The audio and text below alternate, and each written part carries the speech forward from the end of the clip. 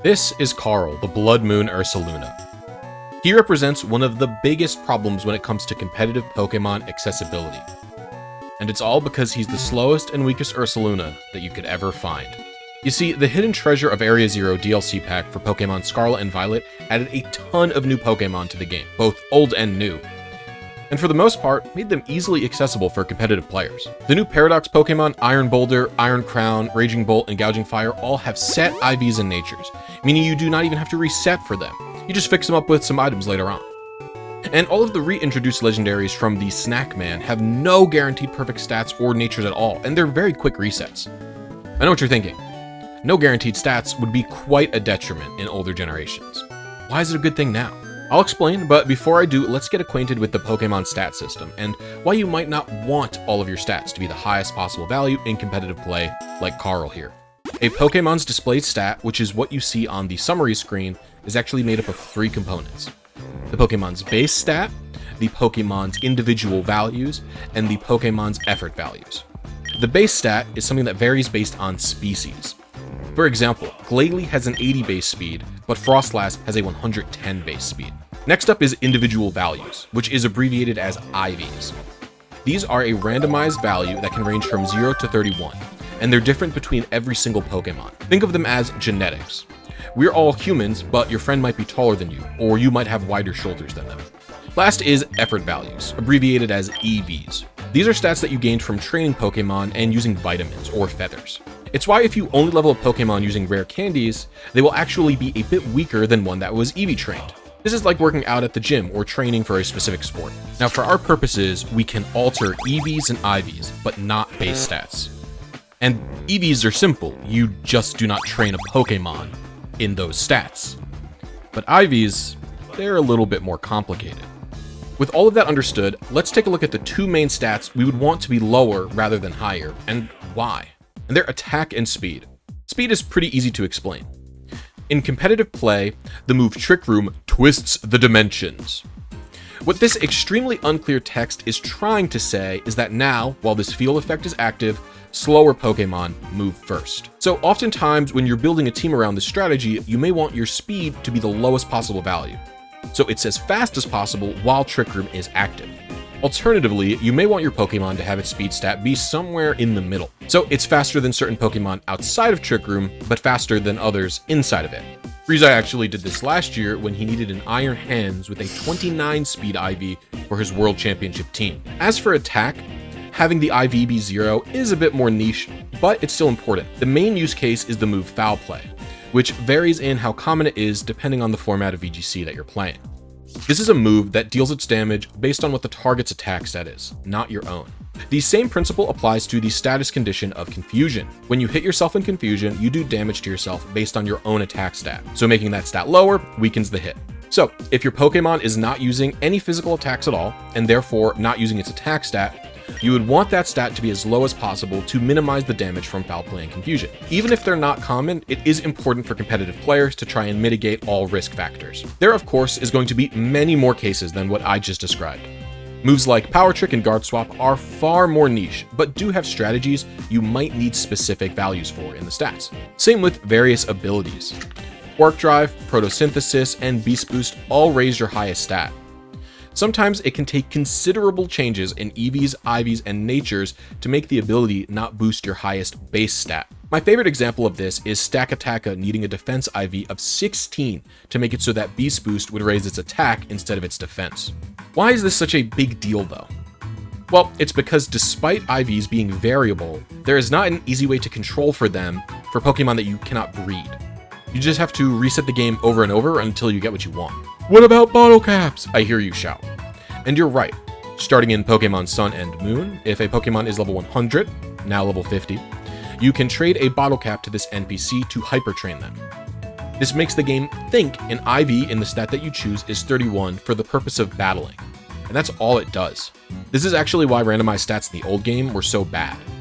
Because there was no perfect guaranteed stats, and we didn't have bottle caps until Sun and Moon, if any one of the 6 stats wasn't exactly the value that you need, you were out of luck and had to reset again. The odds of a perfect competitive Pokemon with the IVs that you need in every single stat is astronomically rare before Generation 6. and the problem really isn't solved until Generation 8 or Generation 9. And even in Gen 9, we still have problems. And that's because hyper-training can't lower the stats, or set them to an arbitrary value. They can only make them the highest possible value if they are below that. And that leads us to Carl here. Carl is a slow Pokemon who primarily uses his special attack stat to deal damage. As you might expect, this means one of his best strategies is to operate under Trick Room as a special attacker. This means if we want the best possible set on him, I have got to make sure he's got 0 speed and 0 attack. Speed so he's fast while Trick Room is active, and attack so he doesn't hurt himself too badly by foul play and confusion. Okay, so what's the problem then? Well, it's the way that you have to get Ursaluna Blood Moon. It's not like a normal Ursaluna, where you can evolve any Ursaring in Pokemon Legends Arceus to get it. You can only find this special Ursaluna in the land of Kitakami, where it is a one-time encounter. That means if you catch it, another one doesn't come back. So you have to do the good old soft reset for it. This is where our problem begins. First of all, let's talk about soft resetting the Switch Pokemon games. It doesn't exist. I'm not sure how this isn't complained about more, but soft resetting in these games is just hitting the home menu and then quitting the game. Personally, I find it to be a bit more cumbersome than using a button combination that every single previous game had. This could just be old person yelling at Cloud's energy, though. The second problem is how you encounter this Ursaluna. It's actually a cutscene for a story side quest, and it takes like 2.5 minutes of mashing to get through. It is not a skippable cutscene, and you can't just hold down the A button. You have to mash through the dialogue the entire time. Third is that this is not a normal encounter. For most legendaries, you can just chuck a Master Ball at them and be done with it. But for Ursaluna, it's kind of like a raid or those Titan encounter boss fights. You have to defeat it in a battle first before you can catch it. Last, but certainly not least, is that Ursaluna comes with 3 guaranteed 31 IVs. Normally, this is a good thing. But I want 2 of my stats to be 0. This means that during the reset, I have to hope that 1, I succeed on a 1 in 3 roll. This is because I want 2 of the stats to be 0, but any 3 can be the stat that gets randomly selected to be 31. Assuming that neither stat gets artificially bumped to 31, I have to hope that they either land on 0 or 1, because BGC is played at level 50, and those IVs are the same if they're uninvested at level 50. And I'm sure plenty of shiny hunters will say, well, I've done a longer, more tedious hunt with worse odds. And yes, I'm sure you have. But you're not trying to build a competitive team under a time crunch for a tournament. So in order to get Carl here, I had to make sure that the reset would go as smoothly and as quickly as possible. The first thing I did was get my main combatant, Azumarill.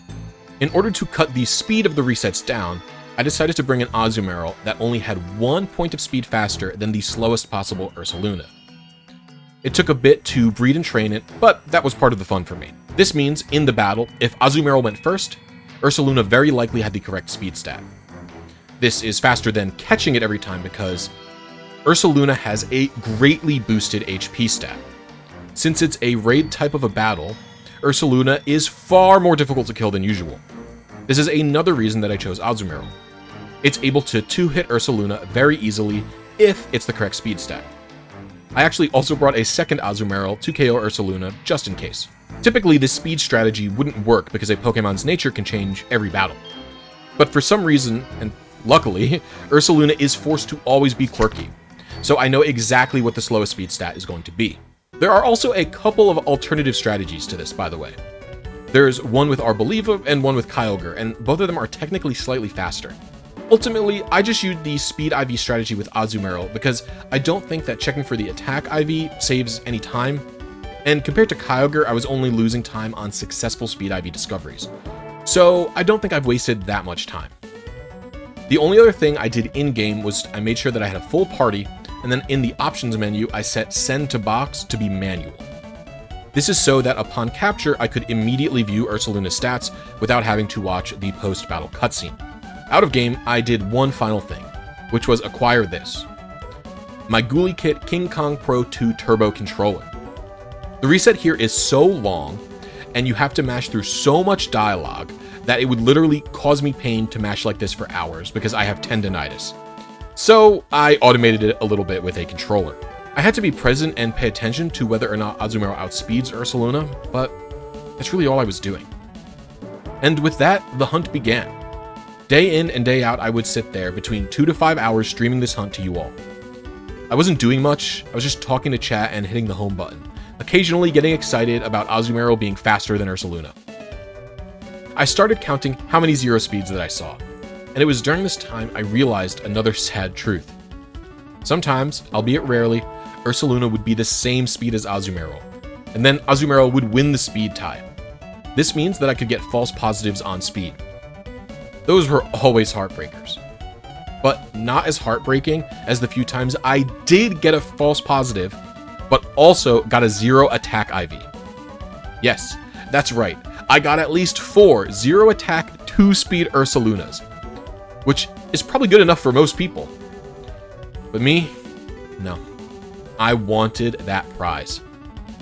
I grinded, day in and day out, sunrise to blood moon rise. And it became apparent that I was getting really burnt out. Sitting in this chair, doing almost literally nothing for hours at a time. I felt cooped up, and I didn't like the feelings that I was getting in my legs. So I took to the great outdoors. To break up the monotony of the hunt, I did several days of it off-stream on this trail in the woods by where I used to live in New York.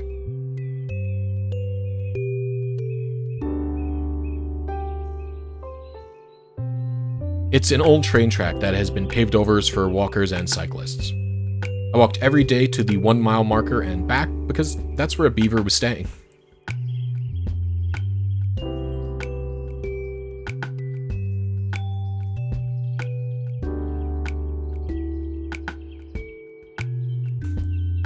I would take in their handiwork and see if I could spot them. I never did, but the sound of running water and the breeze proved to be a powerful motivator for me.